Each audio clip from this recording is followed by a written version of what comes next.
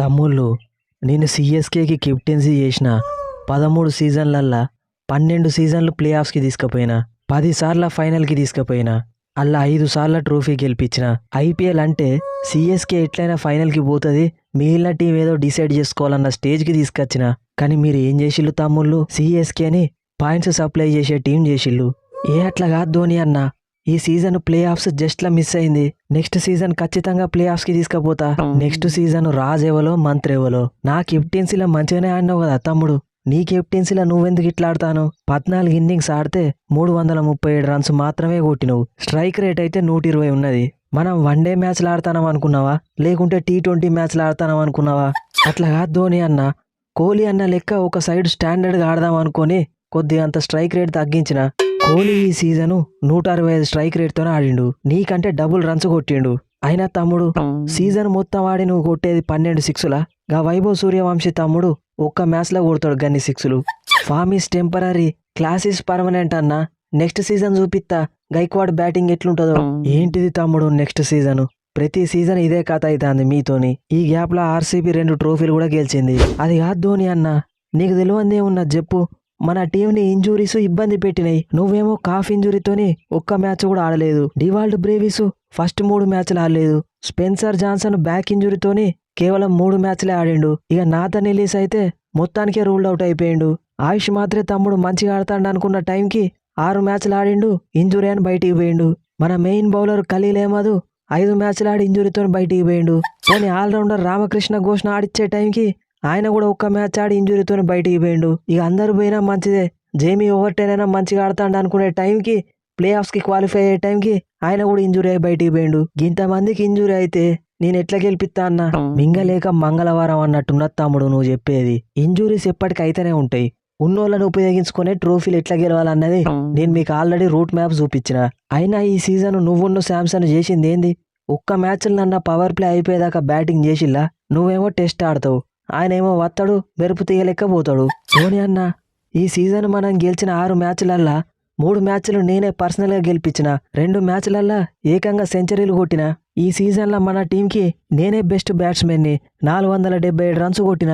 ఒక మ్యాచ్లో రన్స్ కొట్టి 2 మ్యాచ్లలో కొట్టకపోవడు కాదు తమ్ముడు. 14 మ్యాచ్లల్లా 3 మ్యాచ్లు గెలిపియంగానే అయిపోతుందా? ట్రోఫీలు గెలిపించిన రవీంద్ర జడేజా లాంటి ప్లేయర్నిచ్చి మరీ నిన్ను ట్రేడ్ చేసుకున్నప్పుడు నువ్వు ఎట్లా ఆడాలి? సిఎస్కేకి డెబ్యూట్ చేసిన సీజన్లోనే 2 సెంచరీలు కొట్టిన. నెక్స్ట్ సీజన్ ఈ సంజు శాంసన్ ఆడేది ఆట కాదు, వేట. అయినా ధోని అన్న, ఈ సీజన్ మన ఆర్క్ రైవల్స్ ముంబై ఇండియన్స్ తోని 2 మ్యాచ్లు ఆడితే 2 మనమే గెలిచినాం. మనం 8th పొజిషన్లు ఉంటే వాళ్ళు 9th పొజిషన్లు ఉన్నారు. అంటే అటు ఇటు చేసి ముంబై ఇండియన్స్ కంటే మంచి పర్ఫార్మెన్స్ అయితే ఇచ్చినా అంటాను, గంతే కదా. ధోని అన్న, ఒకప్పుడు మన 2 టీంలు ఫైనల్లో ట్రోఫీ కోసం కొట్టుకునేటోళ్ళం. ఇప్పుడు టేబుల్లో 10వ పొజిషన్ నుండి తప్పించుకోవడానికి ఆడతాను. మనం కెప్టెన్సీ చేసినప్పుడు ప్లే ఆఫ్స్కి రావడానికి కూడా ఇబ్బంది పడే ఆర్సీబీ ఆల్రెడీ 2 ట్రోఫీలు కూడా గెలిచింది. ఇట్లనే 2 సీజన్లు కంటిన్యూ అయితే వాళ్ళు ఇంకో ట్రోఫీ కూడా గెలుస్తారు. మీరు కెప్టెన్లు ఉన్నా కానీ ఇదే జరిగేది. అయినా 8 టీంలు ఉన్నప్పుడు ట్రోఫీలు గెలిచిన మీరెక్కడ? 10 టీంలు ఉన్నప్పుడు వరుసగా 2 ట్రోఫీలు గెలిచిన మేమెక్కడ? పాటిదర్ తమ్ముడు, 2023లా 10 టీంలు ఉన్నప్పుడే ట్రోఫీ గెలిపించినా అని మర్చిపోకు. మీరన్న 10 టీంలు ఉన్నప్పుడు ఒక ట్రోఫీ గెలిచిళ్ళు. ఇంకా ముంబై ఇండియన్స్ అయితే టోర్నమెంట్లకి 10 టీంలు వచ్చినప్పటి నుండి 10వ ప్లేసులనే ఉంటారు. కోహ్లీ, నెక్స్ట్ సీజన్ మా ముంబై ఇండియన్స్ ఇచ్చే కంబ్యాక్ వేరే లెవెల్ ఉండబోతుంది. ధోని అన్న, ముంబై ఇండియన్స్ నుండి మనం హార్దిక్ పాండ్యాని తీసుకొని వాళ్ళకి ఆయుష్ మాత్రేని శివం దూబేని ఇస్తున్నట్టు న్యూస్ వస్తుంది. ఈ ట్రేడింగ్ వార్తలన్నీ నిజమేనా? చెప్పలేం తమ్ముడు, కావచ్చు కాకపోవచ్చు. ఒకవేళ అయితే మంచిదే కదా, మీ వల్ల కాని పని పాండ్యా చేస్తాడు కావచ్చు. ఆల్రెడీ ఈ శాంసన్ కెప్టెన్సీ ఎప్పుడు ఎగరేసుకపోతాడా అని చూస్తా అంటే ఇప్పుడు పాండ్యా కూడానా? నువ్వు మంచిగా ఆడేది ఉంటే ఎవరొచ్చినా కెప్టెన్సీ నీకే ఉండేది తమ్ముడు. కెప్టెన్గా యావరేజ్ పర్ఫార్మెన్స్ ఎత్తివి, బ్యాట్స్మెన్గా బిలో యావరేజ్ పర్ఫార్మెన్స్ ఇత్తివి. ఇక కెప్టెన్ని మారవకపోతే ఎట్లా కుదురుతుంది చెప్పు? ఫస్ట్ 3 మ్యాచ్లు వరుసగా ఓడిపోయినాక కూడా మంచి కంబ్యాక్ ఇప్పించిన కదన్నా. లాస్ట్ 3 మ్యాచ్లు కూడా ఓడిపోయినాం కదా తమ్ముడు. ఆ లాస్ట్ 3 మ్యాచ్లలో 2 గెలిచినా మనం క్వాలిఫై అయ్యేటోళ్ళం. అయినా ధోని అన్న, ఈ సీజనే నాకు కెప్టెన్సీ ఇచ్చేది ఉంటే నేను ఖచ్చితంగా క్వాలిఫై చేయించేటోని. చెన్నై సూపర్ కింగ్స్కి కెప్టెన్సీ చేయాలంటే అది వికెట్ కీపరే అయి ఉండాలి. చెన్నై సూపర్ కింగ్స్కి పాత వైభవం రావాలంటే ఈ శాంసన్ కెప్టెన్ కావాల్సిందే. నిన్ను టీంలకు తీసుకున్నప్పుడే కెప్టెన్ గా కూడా పనికొత్తావని తీసుకున్నాం తమ్ముడు. కాకపోతే ఎంబటే గైక్వాడ్ని తీసేసుడు ఎందుకు, ఈ ఒక్క సీజన్ చూద్దాం ఏం చేస్తాడో అని ట్రై చేసినాం. తమ్ముడు ఆలోచించడానికి కూడా అవకాశం ఇవ్వకుండా డెసిషన్ ని వన్ సైడ్ చేసిండు. అంటే ఇక నెక్స్ట్ సీజన్ నేను కెప్టెన్ కాదన్నట్టేనా? ఫస్ట్ ప్లేయర్ గా టీంలో ఎట్లుండాలో ఆలోచించు తమ్ముడు.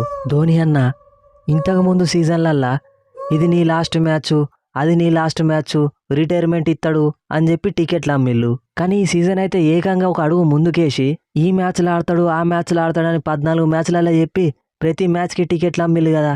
పాపం ఫ్యాన్స్ని ఇట్లా టార్చర్ పెట్టుడు ఎంతవరకు కరెక్ట్ ధోని అన్న? వాళ్ళు నా పేరు చెప్పి టికెట్లు అమ్ముకుంటే నేనేం చేస్తా కోహ్లీ? గట్లా ఏత్తాలనే ఒక్కొక్కసారి నేను వీళ్ళు ఆడే గ్రౌండ్కి కూడా పోలే. గైక్వాడు నేను చెప్పేదిని సప్పుడేక నువ్వే కెప్టెన్సీ నుండి స్టెప్ డౌన్ అయిపో. వాళ్ళు తీసేసేదాకా చూడకు. నువ్వు రన్స్ కొట్టలే, కెప్టెన్సీ మంచిగా చేయలే, నేను రన్స్ కొట్టలే, కెప్టెన్సీ మంచిగా చేయలే. నీది నాది ఒకటే కథ అంతే అంటావా పంతు? అంతే మరి, there is no other option. Over turn తమ్ముడు. ఈ సీజన్ మన టీంని గెలిపించడానికి ఎవరన్నా ప్లేయరు మనస్ఫూర్తిగా ట్రై చేసిండంటే అది నువ్వే తమ్ముడు. ఆడిన 10 మ్యాచ్లలోనే 14 వికెట్లు తీసినావు. బ్యాటింగ్ దొరికినప్పుడల్లా దుమ్ము లేపినావు. నెక్స్ట్ సీజన్ నువ్వు ఖచ్చితంగా ఫుల్ ఫిట్నెస్ తోని మళ్ళా టోర్నమెంట్లకి రీ ఎంట్రీ ఇవ్వాలి. స్టార్టింగ్ లో 3 మ్యాచ్లు ఓడిపోవడానికి కారణం నేను ప్లేయింగ్ లెవెల్ లో లేకపోవడమే. లాస్ట్ 3 మ్యాచ్లు ఓడిపోవడానికి కారణం నేను ఇంజురీతోని బయటికి పోవడే. నేను ఉండేది ఉంటే ఖచ్చితంగా టీంని ప్లే ఆఫ్స్ కి పట్టుకపోతుండే. బ్రేవిస్ తమ్ముడు, లాస్ట్ సీజన్ ఇంజురీ రిప్లేస్మెంట్ గా వచ్చిన నువ్వు 6 మ్యాచ్లలోనే 225 రన్స్ చంపినవు. కానీ ఈ సీజన్ ఏమైంది తమ్ముడు? 11 మ్యాచ్లు ఆడి కూడా 150 రన్స్ కొట్టేది. Strike rate 127. ఏసీఐ 20లో మంచిగానే ఆడినావు కదా తమ్ముడు. ఈ సీజన్ జరంతా మిస్ ఫైర్ అయింది ధోని అన్న. నెక్స్ట్ సీజన్ మన టీంతో పాటు నేను కూడా కంబ్యాక్ ఇస్తా. అంత మంచిగానే ఉన్నది కానీ ధోని అన్న, అసలు నువ్వు నెక్స్ట్ సీజన్ ఆడతావా ఆడవా? నేను నెక్స్ట్ సీజన్ ప్లేయర్గా ఆడతానా లేకుంటే కోచింగ్ స్టాఫ్లు ఉంటానా అది తర్వాత సంగతి. కానీ సిఎస్కేకి పూర్వ వైభవాన్ని తీసుకొచ్చడం మాత్రం గ్యారంటీ. సో ఫ్రెండ్స్, ఈ స్పూఫ్ కనుక మీకు నచ్చితే మన ఛానల్ని సబ్స్క్రైబ్ చేసుకోండి, వీడియోని లైక్ చేయండి. మనలాగానే స్పూఫ్ చేస్తూ మనీ ఎర్న్ చేసుకుందాం అనుకునే వాళ్ళు డిస్క్రిప్షన్లో ఇచ్చిన ఇన్స్టాగ్రామ్ ఐడికి మెసేజ్ చేయండి. ఐపీఎల్లో most successful team Chennai super Kings. Even last 5 సీజన్లలో వాళ్ళు ఒక్క ట్రోఫీ మాత్రమే గెలిచిర్రు.